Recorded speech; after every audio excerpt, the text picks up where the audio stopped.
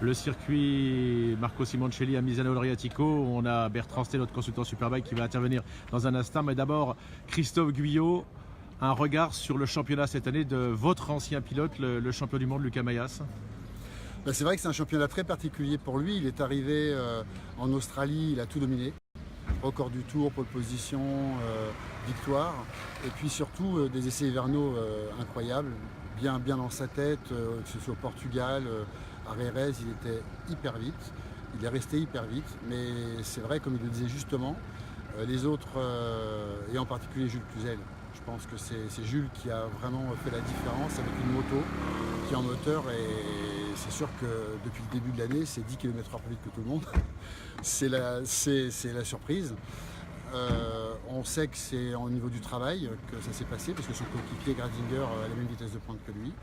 Et c'est pour l'instant, à mon avis, le seul problème que peut rencontrer Lucas sur le circuit rapide.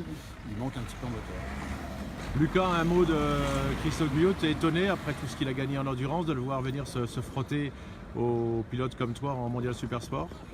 Non, je pense pas. Je suis pas étonné parce que Christophe, c'est quand même un compétiteur quand même. C'est quelqu'un qui a fait de la moto, et au bout d'un moment, on a tous envie de nouveaux challenges, de nouvelles choses. Voilà, je pense qu'il a ses raisons. Il a envie d'essayer autre chose. L'endurance, il y a beaucoup d'équipes, beaucoup de teams, et ça devient peut-être un petit peu différent, et il faut essayer peut-être autre chose. Et je pense que c'est bien de venir à la vitesse, de montrer aussi que l'équipe et le GMT, c'est pas que de l'endurance, et que c'est pas cloisonné qu'à une catégorie. Bertrand, pour avoir commencé une bonne partie des courses de Supersport, ton analyse du championnat, notamment celui de Lucas? Déjà, l'analyse pour Lucas, on l'a déjà faite pas mal, effectivement. Donc le déficit moteur, ça on le voit de toute façon à l'œil nu. Donc voilà, il n'y a aucun doute par rapport à l'attaque de Lucas. On le voit aussi pendant les courses. Aujourd'hui, ce qui l'empêche de gagner des courses, c'est de pouvoir doubler ses adversaires, et les doubler notamment un peu grâce au moteur aussi. On sait que sur les freins, voilà, il est capable de le faire, mais s'il n'est pas à l'aspi, comme on en parlait tout à l'heure, c'est pas possible d'attaquer. Ça va être encore difficile ici à Misano. Apparemment, il y a des petites évolutions qui arrivent, donc ça c'est plutôt bon signe. Ça veut peut-être dire aussi que du côté de chez Yamaha, on a réagi.